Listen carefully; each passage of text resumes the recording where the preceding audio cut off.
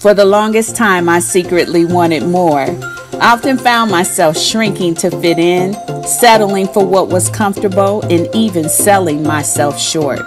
Once I finally accepted that we deserve success and we are blessed with the power to achieve it, I stopped playing small. I'm serious about building a life I love, and you should be too. I'm Denise Taylor of DeniseTaylor.live, and welcome to Life, Love, and the Pursuit of Happiness. I help women prioritize themselves, their success, and their happiness.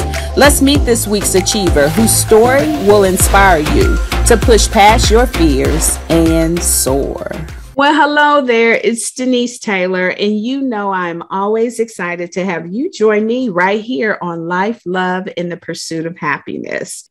I do want to say thank you to everyone who took part in the Unstoppable Conference. Wasn't it amazing? When I think about the lives that have been blessed and touched and transformed as a part of that conference, I am amazed because I can see God at work. So thank you for staying connected. And I do want to tell you that I've got so much more planned for 2022. So when you hear me talk about those signature Denise Taylor.live events, you don't want to miss them. Stay connected because God is doing a transformative work and He is using me to be a blessing to you. So thank you if you were a part. Thank you if you shared it with your friends. Thank you if you came to any of the sessions. I want to thank you for being a part of the Unstoppable Conference, and I pray that it's a blessing on your life. Now, whether you're listening to me on Apple Podcasts, Spotify, or YouTube today, you already know the drill. Please subscribe. Please rate and review. That is the fastest way for people to be helped by this platform. You see, I show up each and every week to encourage you.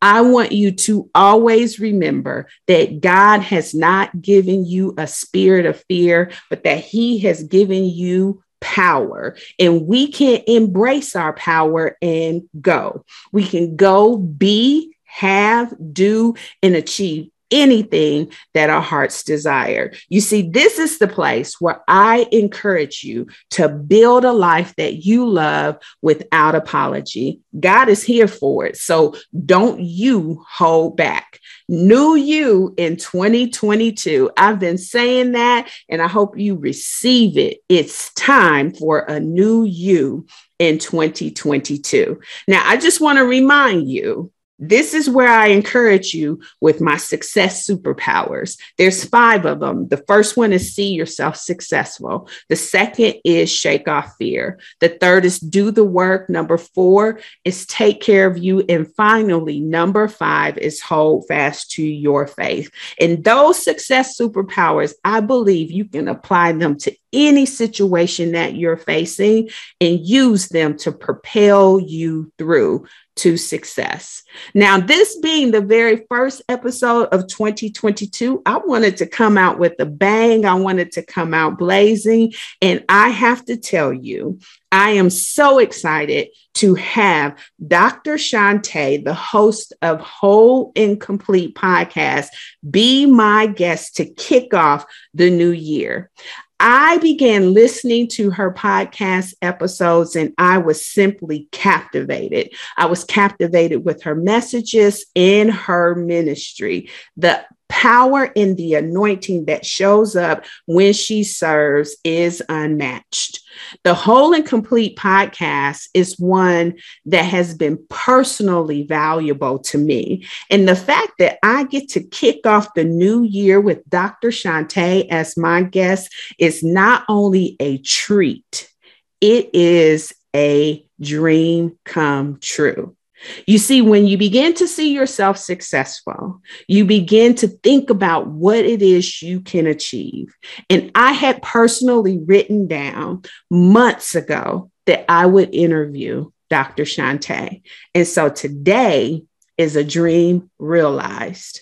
And what's great As our conversation will show you how God is rising up and allowing both of us to serve and be connected as partners. And so I hope that you are blessed. Be sure to listen. Be sure to tell me what your key takeaways are. Be sure to receive the goodness that God is going to bring forth in this conversation. And I will see you on the other side. Well, I am so excited to be here. I am all fangirl out. When I think of Dr. Shante, I think of someone who has motivated me, inspired me, and in fact, she has empowered me. So the idea of having her on Life, Love, and the Pursuit of Happiness completely blows my mind. But I declared that 2022 was going to be a year for new things for me and my business and everything that I put my hand to. And I could not think of a better person to kick off this new year with than Dr. Shante. She is the host of the Whole and Complete podcast. And I will tell you, she spent most of 2021 helping me get myself together. I was binge listening to so many episodes that were therapeutic, challenging, and motivating all in one. And so it is my esteemed pleasure to welcome Dr. Shante to Life, Love, and the Pursuit of Happiness. Thank you for being our very first guest in 2022. Thank you so much for having me. Like, that was such a rousing welcome. I felt like I need theme music and like confetti to fall from the ceiling, but thank you so much. I'm humbled. This really is an honor. You don't sell yourself short. You are doing the doggone thing, Miss Denise. I am so happy to have you here. So for those that might be like sleeping under a rock, do us the honor of introducing yourself and tell us a little bit about Dr. Shante. Dr. Shante, that's such a loaded question, right? But I am the host, as you said, of Whole and Complete podcast. And before Whole and Complete, so Whole and Complete, I started in February of last year. So right before the pandemic, right before, the world just kind of blew up, right? And prior to that, people knew me from my other podcast, which was Believing Bigger podcast, which was all about helping entrepreneurs and influencers, people who want to create impact in the world, overcome their obstacles and really lean into their faith in order to do that. And I was all set to go into like season 7 of that podcast. And God literally was like, nope, we're done with that. You can put that to bed. And I was like, wait, what? And Whole and Complete came into being. So we'll get into all of that later. But I am a serial podcaster. I am a college professor. I provide coaching, personal and professional coaching for people who just want to advance and really kind of live these whole and complete lives. And we can unpack what it means to do that a little bit later. But essentially, that is what I do, is I help people overcome limiting beliefs, and I help them reaffirm who they are and who God made them to be, and push further to where they want to achieve in their lives. Oh my God. And you're doing an incredible job. The work that you're doing is impacting so far beyond what I think even you imagine.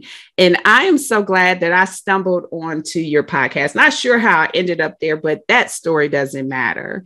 Everybody says that. They're like, I don't know how I found you, but I did. Because the way that you unpack each of the topics in your 3-episode series is a signature for you. So tell me, how did you end up in this podcast game? And what do you love about it? How did I end up in the podcast game? I can honestly say, Denise, this was a God thing. I remember the day that I got the word from on high that I was going to be a podcaster. I was at the sink washing dishes.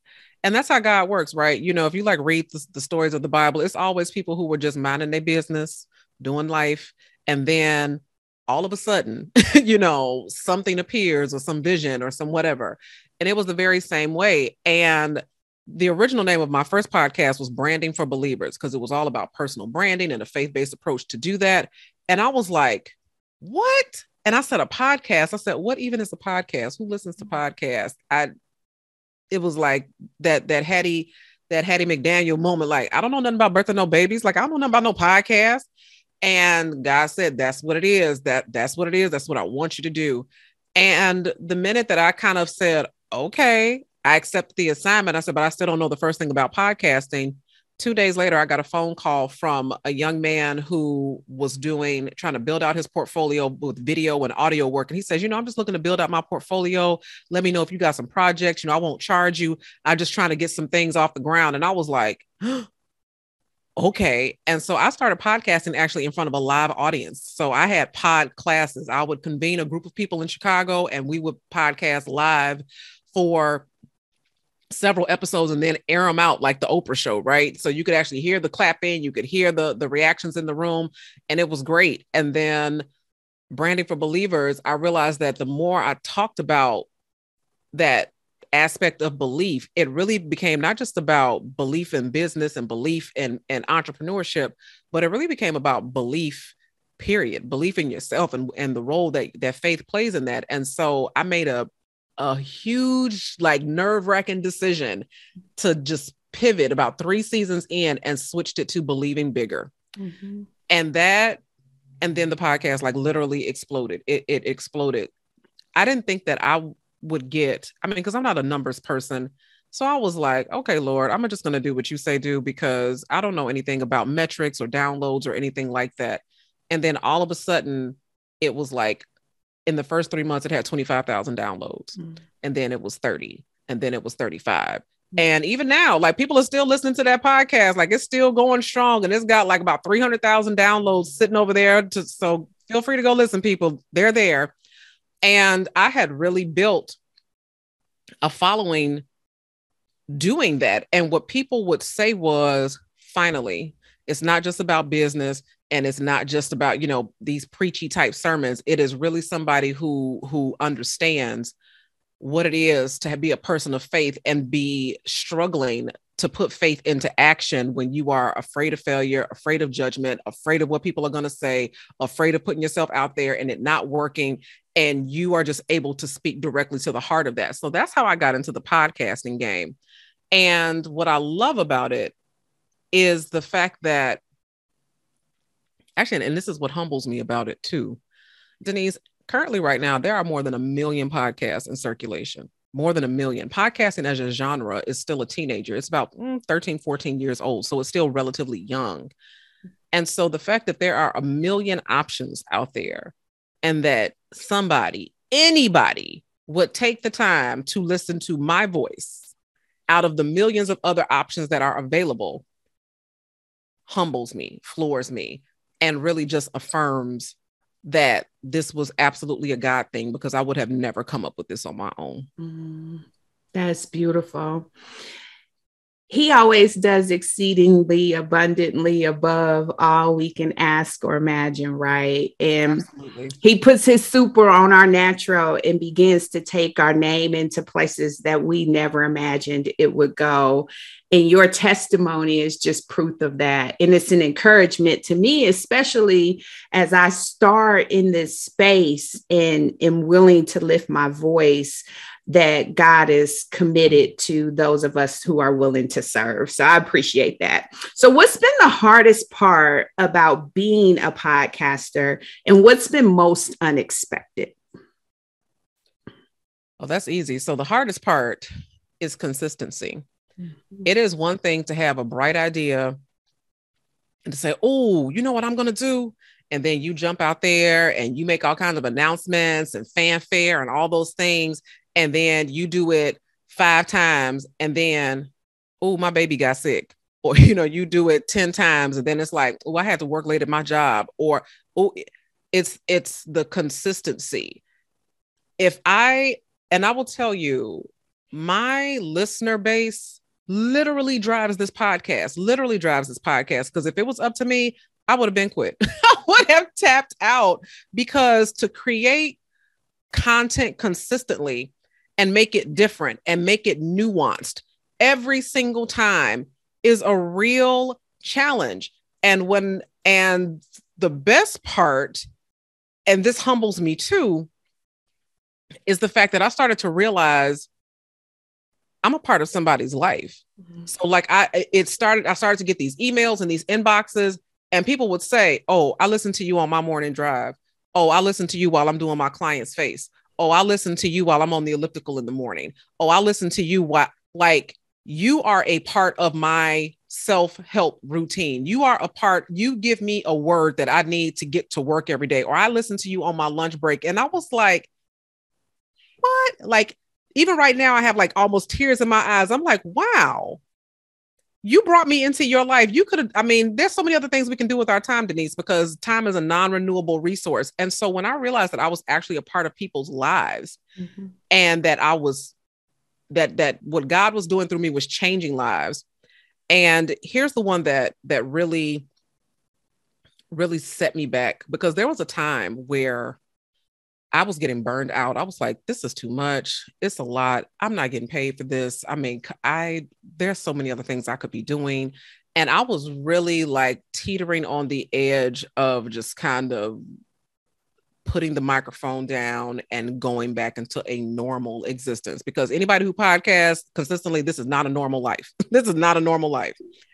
And I was given a speech in Dallas. So part of the podcast, I was doing a multi-city tour, and in Dallas. And this young woman came up to me afterwards and she says, hey, my name is such and such, and I'm from Lafayette, Louisiana. And I found out yesterday that you were going to be here. And I drove 6 hours to come and see you because I had to see you. And I was like, oh my gosh, thank you so much. And, and she says, no, you don't understand. I had to see you because, and she started choking up and she says, I wanted to end my life. She said, I did not want to live. And I was just praying, Lord God, please say something, say anything, send somebody. And she says, I don't know how, but I found your podcast and you walked me back off that ledge. Denise, I was done. I mean, done. Wow. Like all of a sudden, all of these kind of like superficial complaints that I had, like, oh, I'm not getting paid and I'm not like all of that just went right out of the window. Like you can't put a price on a changed life. You can't. And God could use anybody, but he chose you. Mm-hmm. So accept that for the privilege that it is and just keep on leaning into your assignment. And I'm so glad I didn't give up. I'm so glad that I didn't tap out. Walking away from a podcast that had over 6 figures worth of downloads and a listening base to start something else. I was like, wait a minute, Lord, first of all, you called me into this and now you got me built it all up and now we got to do something else. Mm-hmm. And again, starting from scratch, I had been dead silent off the air for like 9 months. That's a long time to be off the air. I just said the key is consistency, right? Mm-hmm. So to be off the air. And then when you come back with a brand new podcast. And here we are, almost 2 years later, and we're close to 40,000 downloads on that one too. So I'm just like, okay, well, okay, Lord, clearly you have a plan. Wow. That's incredible. That's incredible. I can't even imagine what you felt in that moment. Humility was definitely a factor, but I imagine the great sense of obedience and willingness to be obedient had to be a reassuring, like, sigh of relief, right? Because the transformation that was on the other end of you consistently showing up meant life to somebody. And that's beautiful. Meant life to somebody. And do you know that's the number one, when people thank me for the podcast, the first line 9 out of 10 times is almost always, thank you for your obedience. Thank you for your obedience. Like something on the other end, the listener somehow senses like, you must be submitting to a higher power, because to do this, to consistently show up and do this. And they all end with, you brought me so much closer to Christ. You brought me so much closer to God, or you've helped me heal so many things in my life. And I'm like, okay, I have fully vested now. I never thought that I would be doing this work. I never thought that I would be doing it this way, but here am I. Wow, that's incredible. So who have you found are your people? Who are the ones that were waiting to hear from you and are connected most with how you serve and minister today? My people. So I have a faith-based platform. So obviously people who of faith, believers, and yet I also, my tribe are people who have come into faith and have been put off by some of the things that they have seen and heard and experienced in church by church folks, people who said they love the Lord and then turned around and did some really egregious things, turned around and did some really hypocritical, shameful types of things. And people gravitate towards that because that type of stuff never gets talked about in the church. And, you know, there tends to be, and I don't want to get on a soapbox about this, but there does tend to be a great concern to preserve the church brand, the church image. The world is watching, right? Than there is to protect the church body, than the actual people who are hurting and the actual people who need to be fed and filled. And so when I started speaking truth to power and saying, okay, don't let your experience at church ruin your relationship with God. Let me try to delineate the difference between what church says versus what God expects and show you the difference between those two. People were like, oh my goodness. Like, she said the quiet part out loud. And it takes a lot of courage to do that. It takes a lot of courage to do that because people tend to get nervous, you know, that and as African Americans, that we have this long, dark history of not airing our dirty laundry, right? As though not speaking it will somehow make it all go away. And that's not how this works. That's not how that works at all. And so when I was able to just show up and just be really unapologetic and just call a spade and say, I know what you experienced and I understand the complex emotions and the hurt and the trauma that comes along with that. And here is some support. And Whole and Complete. So just to pivot a little bit, Whole and Complete really is all about it. What underpins that is this notion of faith and wellness, that you can have Jesus and you can have your therapist. And there are lots of people that went to church that said, what you going to counseling for? What you going to therapy for? Don't you have enough faith? Don't you pray? Well, if you're going to counseling, that means you ain't trusting God. And I'm like, who told that lie? Who said that? You know, and where did that come from? And what book of lie is that? That's not in the Bible. That's not what I'm reading. Mm-hmm. And so when I was able to really normalize the fact that you can have a relationship with the Lord and you can have a relationship with a mental health professional and still be walking on the King's highway, people jumped on that like white on rice, because it was like they were waiting for somebody to say that this is okay. Mm-hmm. That's beautiful. So my life coach, you told me that often people who have great empathy are serving and tapping into a reservoir of experiences that prepared them to see with empathetic eyes. And so you serve in such a hearty way with everything that you've shared. There has to be something about your experience that makes you relatable, that makes you understanding, that makes you empathetic. Share as you prefer, how you got there, how you got over there, and now how you do what I call live significantly. And what I mean by that is we can live a life of success, right? But to me, significance is when you begin serving out to others. So how'd you get there from the experiences that you had to now serving? That's a really great question. And I will share using this example. So, as I said, I went to this very traditional Southern Baptist church, was raised in that church. And when I was 28, so I'm a grown woman, I've graduated college, I got my own place, I'm out my mama's house, I'm paying my own bills. I became pregnant out of wedlock. Now, I'm a highly visible church member, I'm a choir director in the whole 9 yards. And the way things worked around those parts was that when young women got pregnant out of wedlock, well, they had to marshal themselves up in front of the congregation and apologize for their sin. And then after that, they would be restored in quote unquote right relationship. And I went through that process, basically this public shaming, right?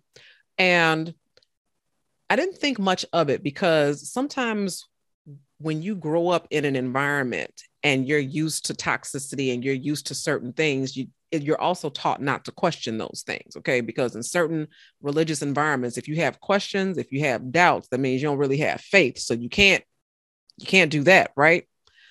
But when I started to realize the kind of impact, the kind of scars that left in terms of how I show up in the world and how I was afraid to do certain things or wear certain things or give off certain impressions, or how I was allowing the opinions of others to kind of control how I was showing up in the world, I had to take a minute and I said, hold up. Why did I never question this? Number one, why did I participate in this? And two, why am I complicit in it? Why am I going along with it? Because it's one thing to sit back and say and point the finger at what somebody else is doing, but it's kind of hard to do that when you're in it. You know what I'm saying? When you are a part of it. And so what I started to do was really start to, in therapy, really kind of unpack all of the feelings that I had around those types of traumatic experiences. And I've had trauma in the childhood and all of those things. And once I started to kind of see what those things meant, I got lighter and freer and lighter and freer. And I started to show up with real intention and show up unapologetically. And I was able to separate religion and rules from relationship with a God who doesn't do shame, with a God who doesn't, who looked into the cup of life and saw all the good, bad, and ugly of it and decided to die for me anyway. And I started to tap into the worthiness and I started to tap into the acceptance of it. And I said, now it took a lot of work for me to get there. I wonder how many people are like me that are struggling to get there, that will never have the funds or the resources or the wherewithal to get into a therapist chair, that might not have access. What can I offer to them? So it's kind of like this notion of lift as we climb. So I'm like, what can I offer to them so that they can get free like I got free, to live a whole and complete life instead of living these fragmented versions of themselves? Because one of the things that I studied was end of life transitions. And one of the things that one of the biggest regrets of the dying, the number one regret of the dying, is I wish I had had the courage to live a life that was true to myself. Wow. And one thing I cannot stomach is mediocrity. I can't get to the end wishing I'm going to get to the end having squeezed all the toothpaste out the tube. And I said, what can I do personally to help people get there? And I do have a deep well of empathy, because when people say, I don't go to church, once upon a time, I would be the person that would defend, that would be trying to pull out the proof scriptures from the Bible and say, well, you know what the Bible said. I'm like, no. Now, when people say, I don't go to church, I say, I get it. I totally get it. And let me tell you why I get it. And let me tell you how I found peace in that circumstance. Like, I did a church hurt series on the podcast. And to this day, that's one of the most listened to series on that show, because people were like, finally, somebody said and could articulate why I stopped going to church, why I sit on the fringe. People still want relationships with God. People still want to be in communion and fellowship with God. But the organized way in which we do things, the rules and regulations that we use to kind of govern ourselves, are not always accessible, but God is always accessible. And so me showing up to serve is me showing up to say, God is still accessible. Wow. To you. That's beautiful. And thank you so much for sharing.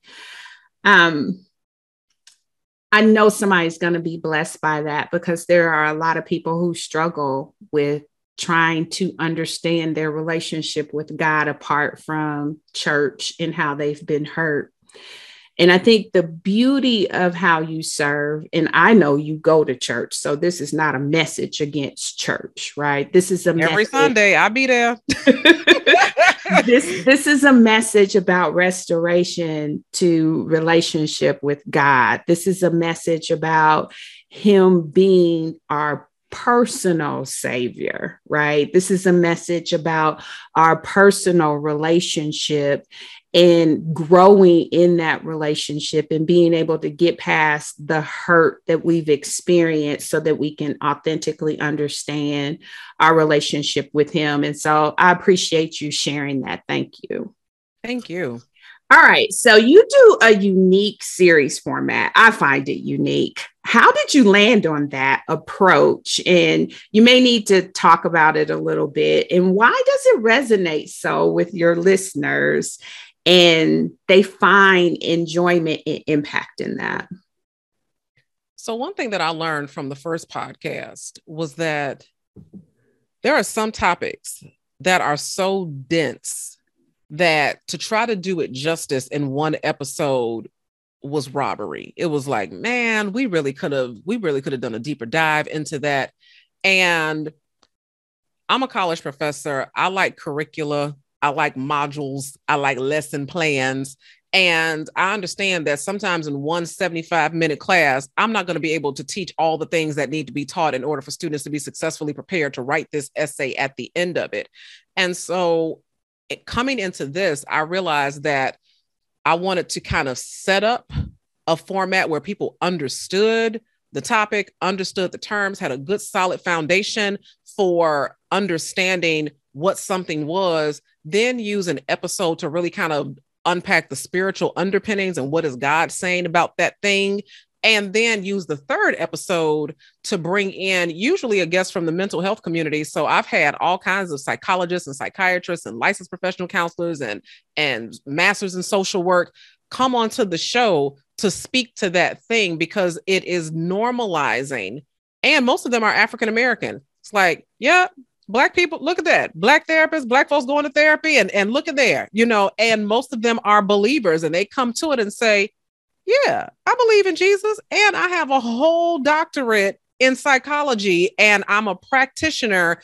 And here's how, God is speaking to me and using me to help people get through trauma. And so that format works because it's not just me sitting up here pontificating and giving my opinion and my 2 cents, but it's also bringing some professional help and connecting people to coaches and counselors that they might not otherwise ever be in their orbit if they didn't come on the show. Mm-hmm. That's really good. So it's a 3-part series. And usually you can tell I'm a student, you kind of unpack the definition and then you deal with the application and then you bring in the professional resource or talent to be able to kind of speak. And so that 3-part series really does the work to shift.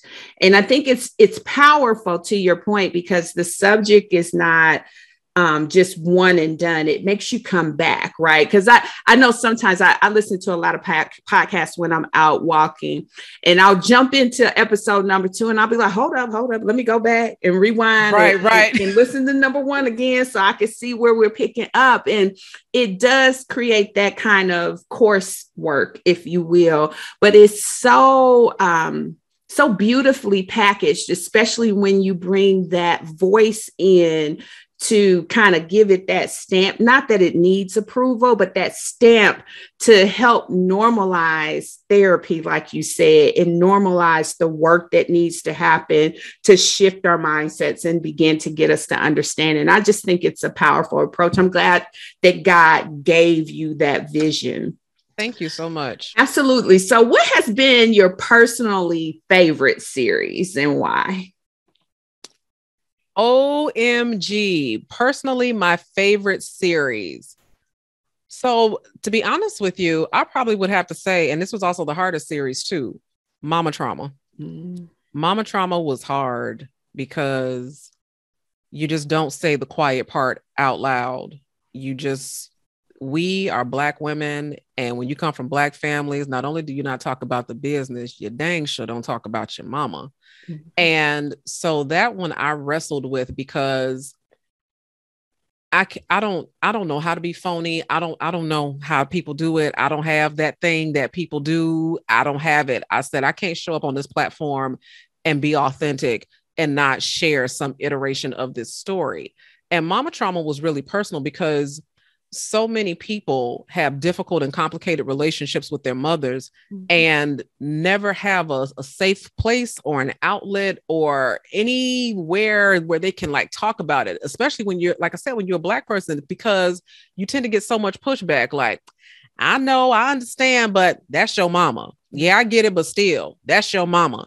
And it's like that right there, that one sentence just silences people. It's like, oh, yeah, I know that you're in pain, but swallow it. That's your mama. Yeah, I know some things happened on her watch that shouldn't have happened on her watch, but swallow it. That's your mama. And so to be able to unpack that and then bring in her name was Pianita Harris, to come along and break that thing down. I mean, she really did an excellent job with that. And afterwards, I got so many people rolling up on me like, thank you. Oh my gosh. Thank you. Because you've been dealing with that stuff and you think it's just you. You feel kind of gaslit, like, okay, well, maybe I'm tripping. Well, maybe it's just, well, maybe this and maybe that. And it's like, no, baby, it's not you. it's not you. You experienced some things, you had some emotional experiences and some hurts, and those things are legitimate and valid. And the experiences and the results of those experiences are also legitimate and valid. And there's also a pathway to healing from those things. So I would probably say that one was my favorite. And it was also the most difficult, but it was my favorite because I'm one of the few people that has really put it out there. Yes, you did put it out there, because when I listen to a podcast, I usually go back to the beginning episodes. And that podcast series came out after you lapsed a year anniversary, right? So I had listened to a whole year worth of podcasts of yours, a whole year. Like, we went through COVID and the whole nine here in 2021, because you had launched right before the pandemic. And so as I was spending time walking and really just feasting, and you were edifying me and you were building me up series after series after series, it was the mama drama series. Yep. That made me come back from walking, hit the computer, and say, I have got to schedule some time with Dr. Shante. It was that series. And so I think it's very powerful for you to share that's your favorite and most difficult, because that was the series after me listening to so many that made me click the button to set up time with you. And it has been very powerfully transforming in my life to be connected. And so I thank you for doing the hard work in that series, because it was a message that I needed to hear. It was a blessing to me, just like it was to everybody who was sliding in your DM saying the same. And sometimes we don't see just what God has in store on the other side if we're willing to do the hard work. We just think about the mountain we have to climb. We don't think about the lives that are going to be impacted and changed. And that series for me was a game changer. It's the one that really made me reach out and click the button. And you know, you want to talk about obedience. Do you know how easy it would have been to gloss that one over? To stick that one in the back somewhere and be like, no, you know, because my mom is alive and well and kicking. And, you know, to kind of have to try to tell that story in such a way to try to preserve integrity and all that. So preserve integrity, but also still tell enough where people understand that these were some difficult circumstances and this was a challenging relationship. And like I said, everything that we are taught is that you just don't do it. You just don't go there. But it's also like people say, it's usually the one thing that you're the most afraid to do is the one that you absolutely should be doing. And that was the one. Mm-hmm. That was beautiful. So thank you for persevering. So when you pull yourself back and you think about the God-given vision an assignment of whole and complete, right? Because it's already taken on such a huge life and been very impactful. What do you see? What do you see as that vision for whole and complete? So the scripture that actually drove the title of the podcast and really underpins the whole thing is, and let patience have its perfect work. And when it has finished its work, you will be whole and complete, lacking nothing. Mm. I see so many people lacking and struggling because they, for so many reasons. And one of the biggest reasons is because they're living segments of their lives. They're not living the whole thing. They're living in pieces, you know. So there might be the mom piece, and then there might be the spouse piece, and then there's the piece for work, and then there's, you know, the piece, you know, where they might be serving at the church and what have you. And all of those roles have different expectations. They take, and they require so much of us. And then when it comes time to us, ourselves, our needs, our care, our mental health, our bandwidth, our emotional wherewithal. As my granny would say, we ain't got a pot to piss in or a window to throw it out of. Somehow or another, we just came at the bottom of the well, and we just keep on going like that and think that that's going to be sustainable and think that that's going to be a whole and complete life. And I'm a divorced woman. I'm a single mother. And what people tell me all the time, especially the way that I show up on social media, what do they see me doing? They see me working out. They see me traveling the world. They see me, you know, speaking here and speaking there. And they're looking like, how is she doing this? How, like, is this how it could be? Is like, and she's going to therapy. Like, wait a minute, scratching my head here. Like, can you really live a whole and complete life? Yeah, you absolutely can. You don't have to just be a servant or subject to or a victim of the success that you've created in the role of wife, in the role of mother, in the role of worker, in the role of committee person and what have you. No, you get to have a whole and complete life. And that doesn't mean just what you do. We're not human doings. We're human beings, meaning you get to be happy. You get to be well. You get to be someone who sets boundaries. You get to be someone who travels and enjoys hobbies. I salsa dance twice a week. And they're like, wait a minute, who out here dancing? Me, because I live a whole and complete life. You know, one of the people that I really appreciate her work is Brene Brown. And a book that I read, which was a game changer for me, was The Power of Vulnerability. And she talks about these guideposts for living wholehearted. Mm-hmm. And one of those guideposts is wholehearted people play. And when she heard that, she was like, play? Who plays? Ain't nobody got time for play. I got so much things to do. And I'm like, no, there are things that I do in my life that are just for my own joy, my own personal satisfaction. And we are not conditioned that way. We're told that that's selfish, that that's a waste of money, and that's a waste of time. And what are you actually going to do with that? So when I talk about living a whole and complete life, I'm trying to help people get to the end of life having squeezed all the toothpaste out of the tube with no regrets, no looking back. They left it all out there on the floor. And when it's their time, they can say, I'm ready. Wow, that's beautiful. It reminds me of something that I say often, that we should build a life that we love without apology. Right? That whatever we love, we should build it. And that God has not given us a spirit of fear, but he gave us power. And with that, we can be, do, have, and achieve whatever it is that we want.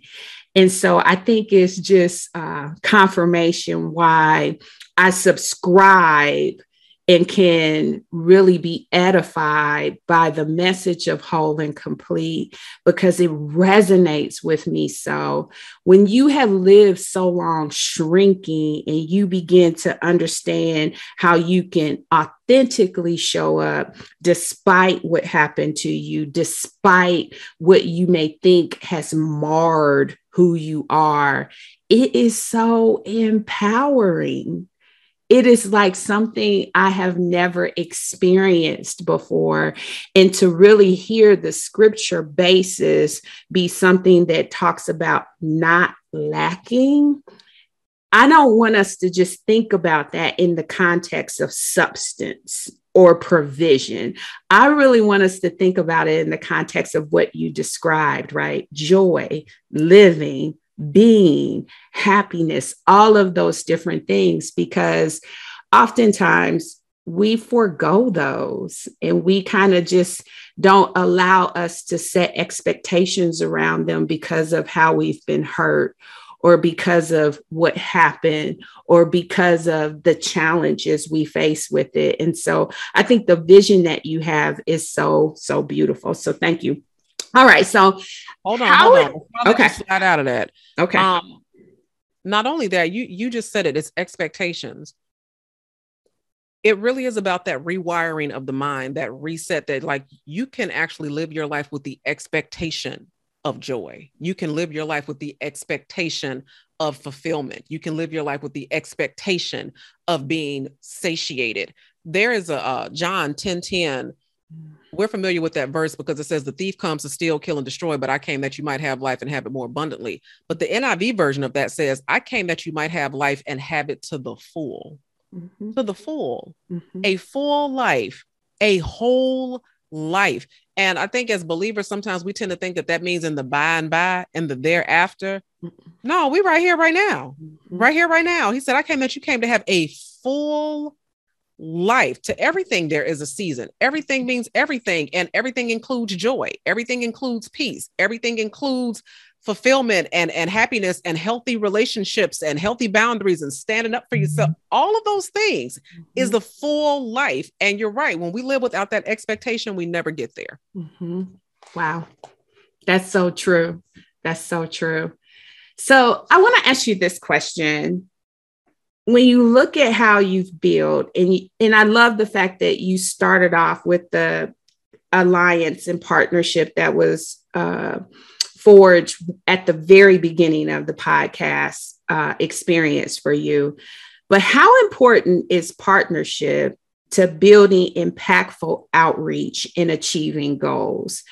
And if you have any key ones as you looked at your journey, how did you forge those relationships that have been impactful to your success? So that's a really great question. There's this saying, right, that if you want to go fast, go along. If you want to go far, go together, right? And when I came into podcasting and coaching and all of that, there was a lot of kind of like grind, hustle, team, no sleep mentality. If it's not making money, it's just a glorified hobby, kind of like all this kind of like low key shame and shade into it, that kind of made it really competitive and really kind of nerve wracking. And it kind of made you question your calling and your purpose and say, well, if this isn't producing millions of dollars, then, it must not be anything worthwhile. And so initially, when I started doing this, partnerships were all about, like joint venture partnerships. How can we collab and make money and that sort of thing? Now it's very different. Now it's about being yoked up because, that's really what you're doing. You're entering into partnership. So yoking up with people who are equally committed to impact, equally committed to changing lives. Because I just did a series on money. Honey, this notion of sufficiency, we don't even have time to get into the podcast. But when I tell you, when I started operating from the notion that there is always enough, there's always enough. The minute I stopped worrying about money and just accepted that I don't just serve God, I serve the source of all the things. And he has access to all the things because he made all the things and all the things belong to him. And I'm just operating in obedience in my assignment. I stopped chasing money, stopped chasing, the pursuing that. And, the minute I stopped doing that, money just started falling out of everywhere. I said, well, all right. And so now the partnership piece of it is about working with people who are equally invested in this platform in terms of like, what can we do jointly and collaboratively to reach and change lives. And so you and I have recently endeavored to partner. And I love this partnership because I know that, yeah, you're drinking the Kool-Aid, but also too, like we're also, before we even met, we're already doing things to try to impact lives in positive ways. Mm-hmm. And so when you're talking about strategic partnerships and making alliances, it's not just about who makes money, but it's also who's in alignment with your values, because I have a service-based platform. You have a service-based platform. And so if we come together in partnership and we're not serving, then what are we doing? We're out of alignment with our assignment. And to me, the end result is not going to be anything that's transformative or impactful, which if we're not doing that, then I'm not doing it. Mm-hmm. That's good. So when we come back, we'll talk more about what I know you have plans for, which is going to be an incredible experience. We'll talk about the whole and complete retreat that you have coming up this spring. Yes. For women in Scottsdale, Arizona. I am asked all of the time, Denise, exactly what do you do? To which I simply reply, a lot. If I had to summarize it, I would say this: I speak, I write, I build, I mentor. And while it's true, I will do just about whatever it takes to bring about success. I am more intentional and dedicated to serving and helping others who serve get to new levels. You see, I believe in partnership. I believe that partnership accelerates progress, but even more, I believe in strategic partnership, because strategic partnership accelerates success. And this is the reason why I am so excited to be hosting and sponsoring my very first Strategic Partnerships Accelerated Networking event. Now, this event is absolutely free.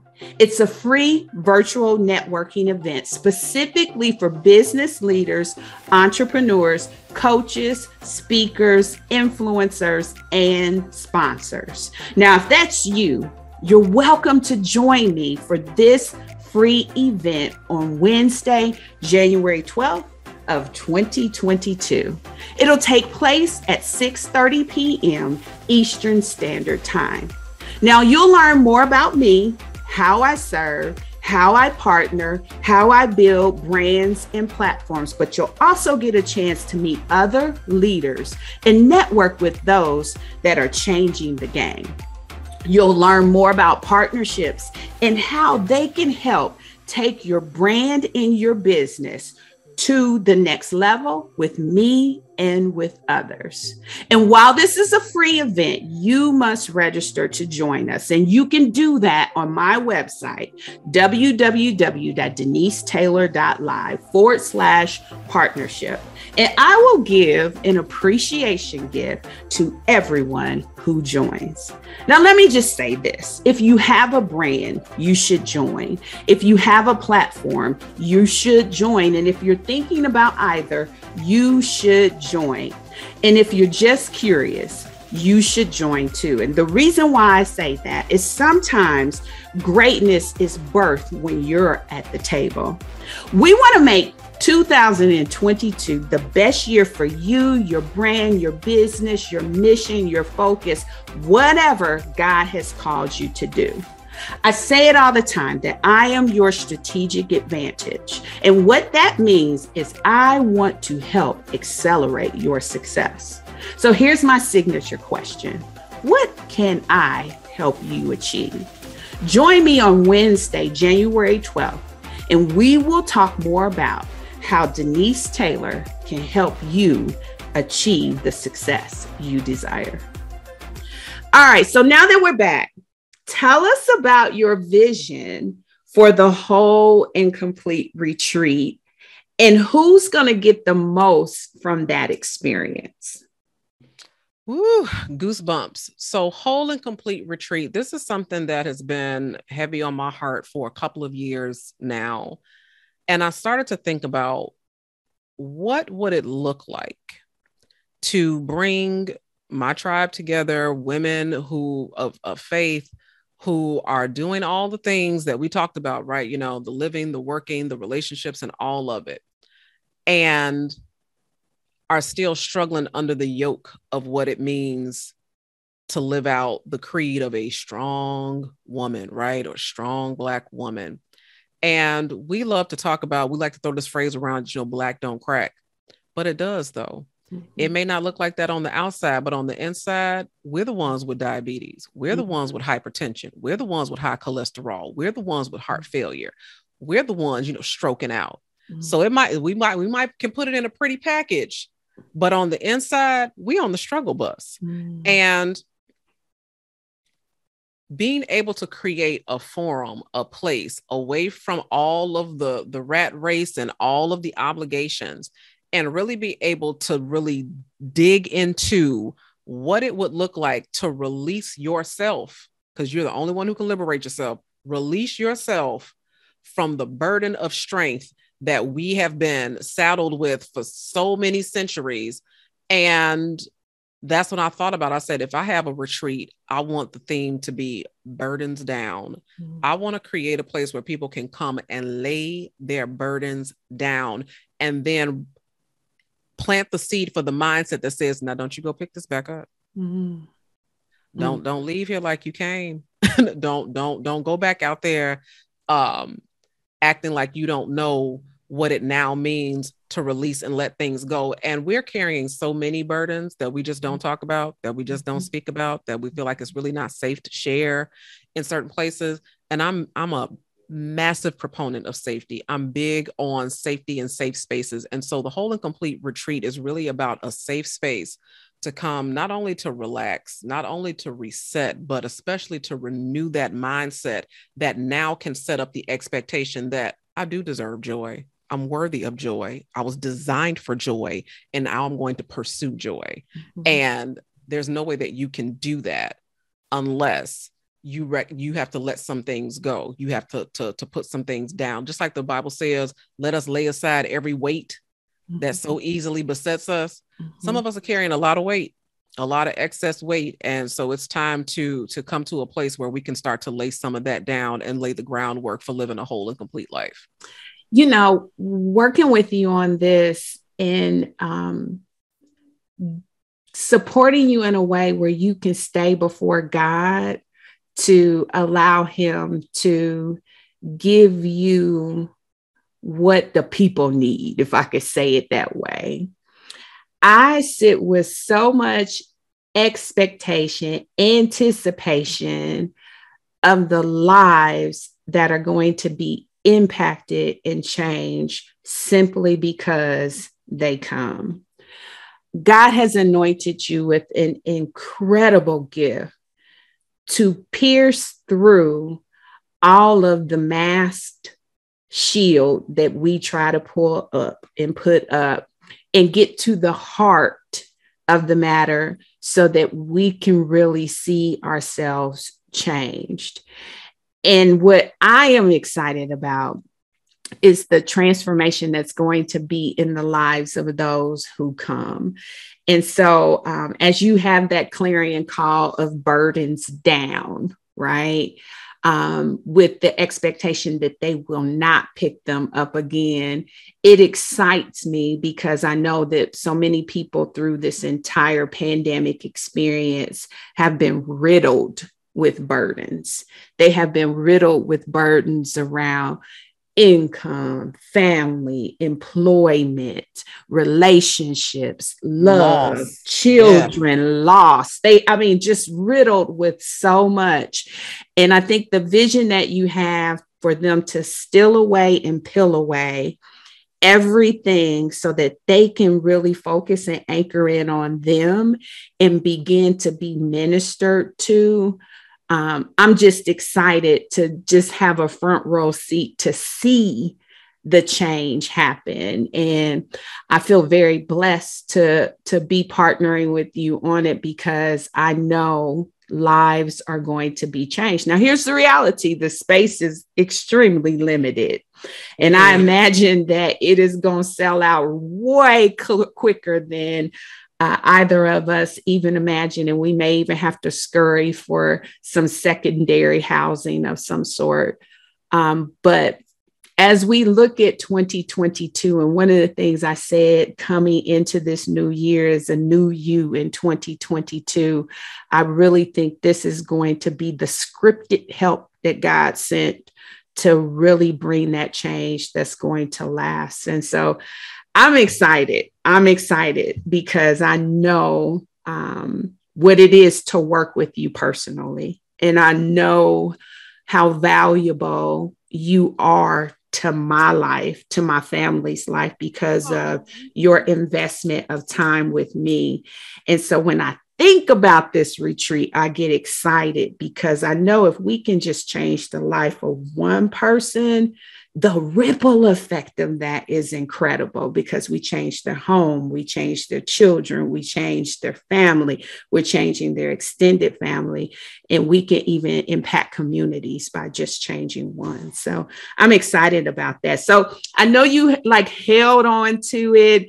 But this is a stateside vision in Scottsdale, Arizona. I know you have aspirations to go international and extend the reach to cross the borders, because you like to travel around the world. Love that passport.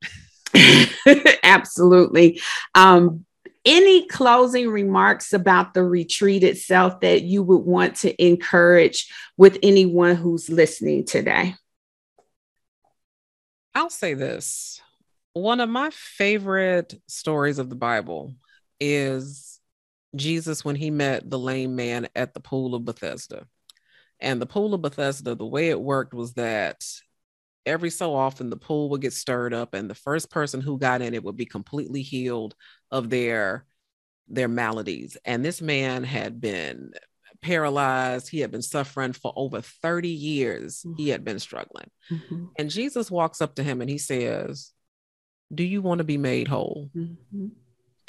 And rather than answer the question, the man says, "Man, look, every time I try to get in, somebody jumps in before me.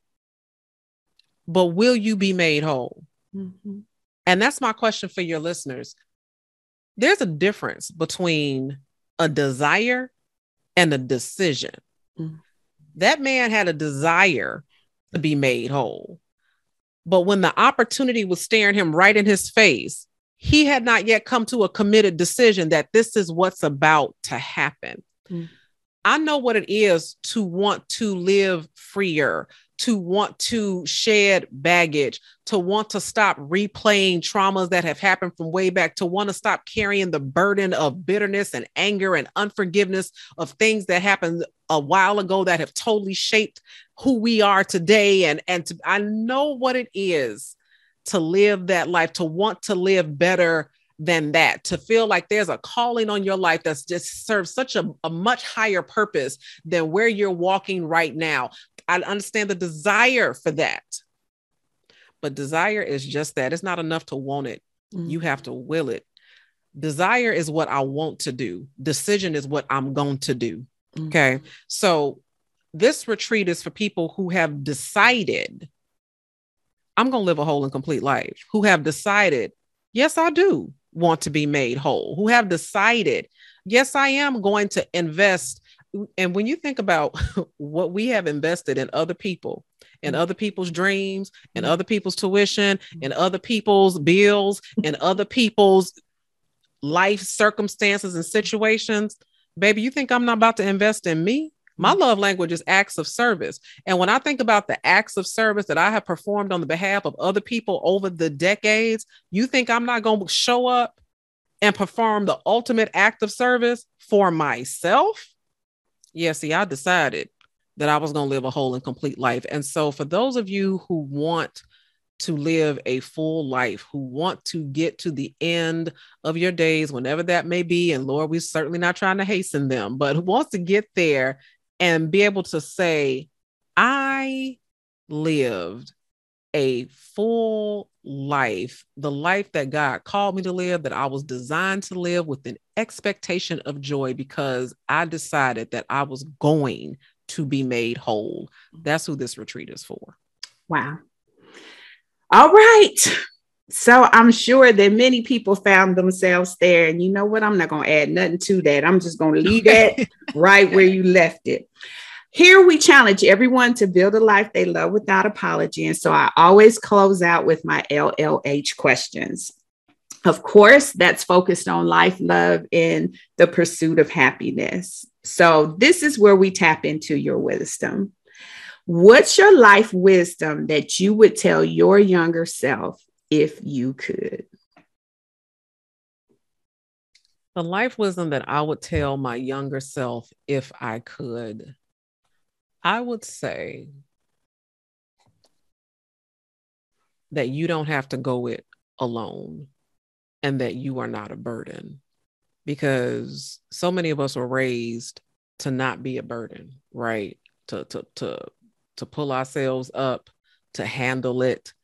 And what I have seen in my life is so many, usually women, buckling under the weight of not having the courage to ask for help, not being willing to be vulnerable enough to say that I am struggling, because we get indoctrinated with this message that we can't be weak.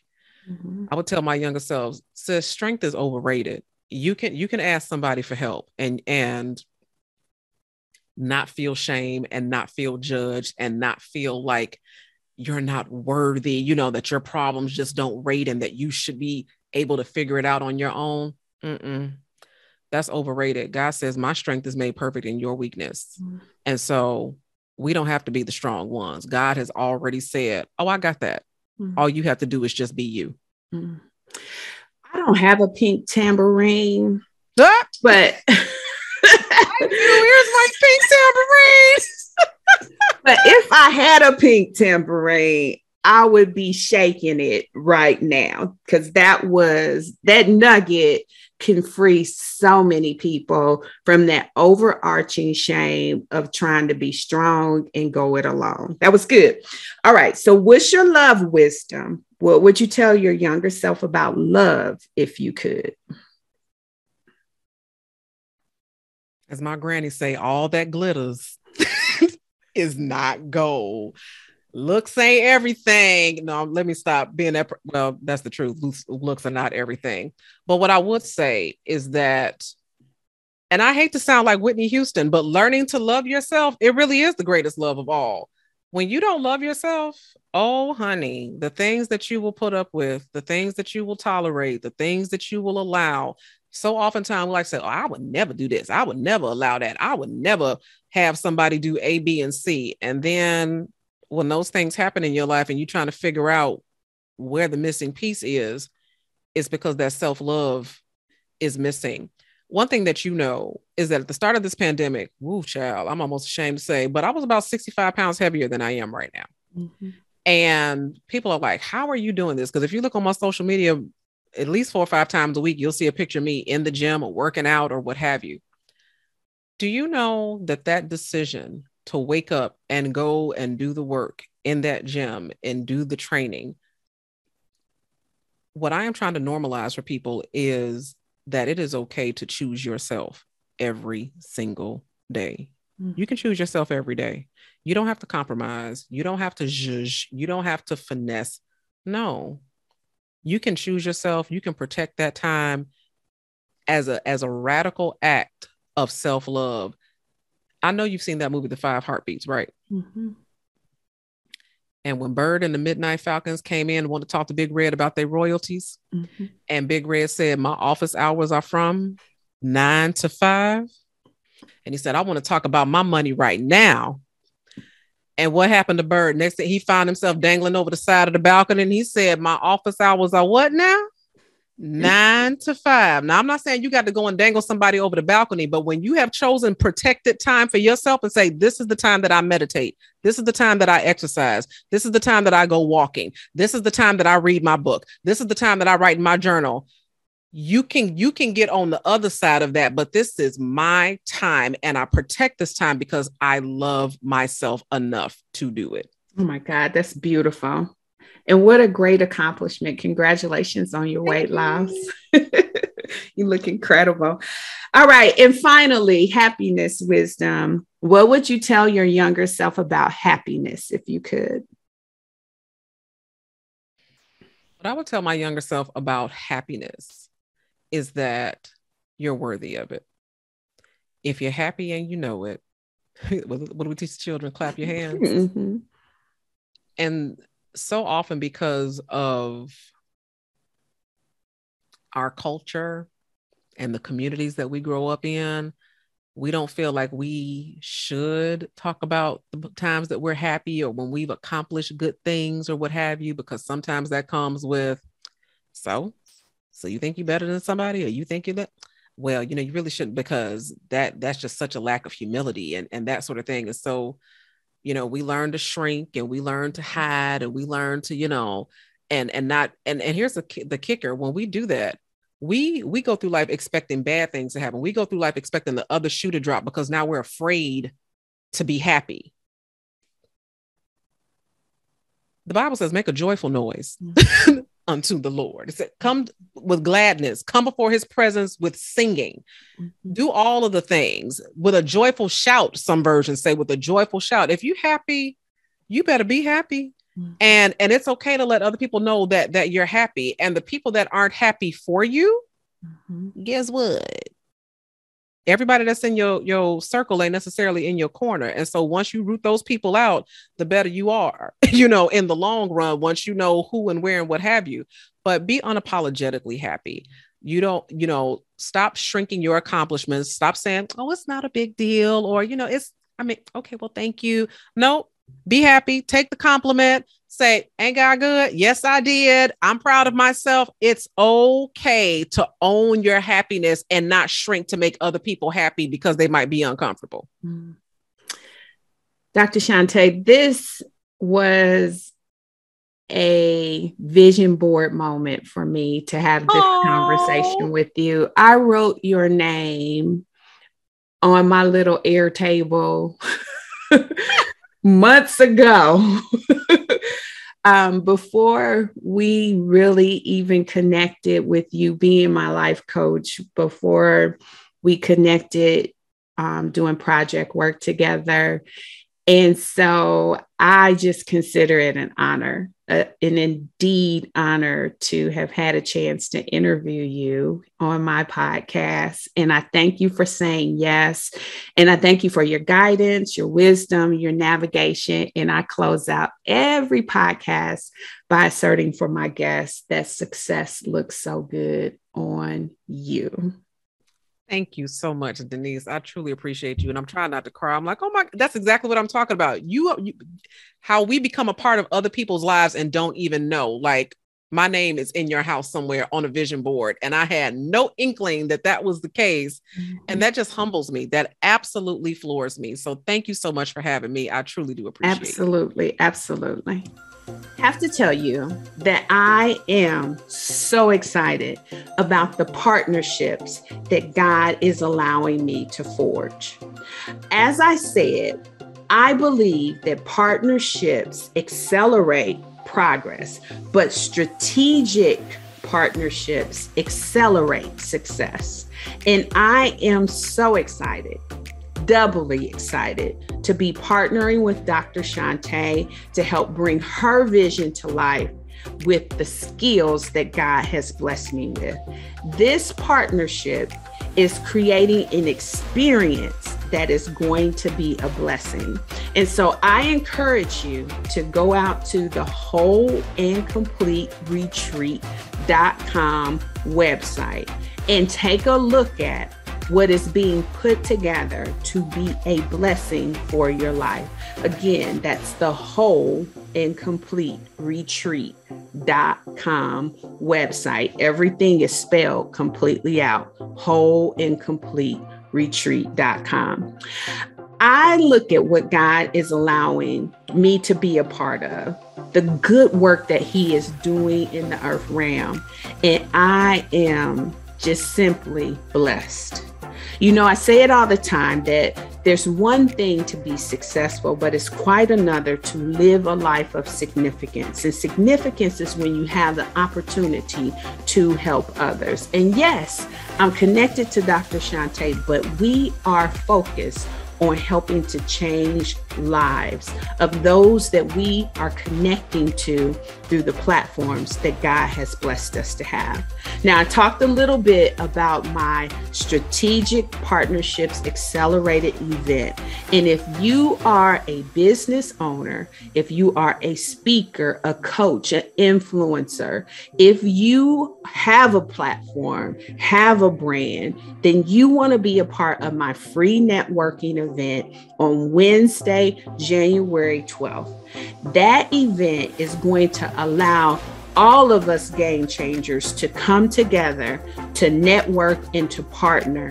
And as I said, partnership accelerates progress, but strategic partnerships accelerate success. So make sure you mark your calendar to be a part of the Strategic Partnerships Accelerated Networking event. It's a free event that I'm hosting, and I do have an appreciation gift for everyone who shows up.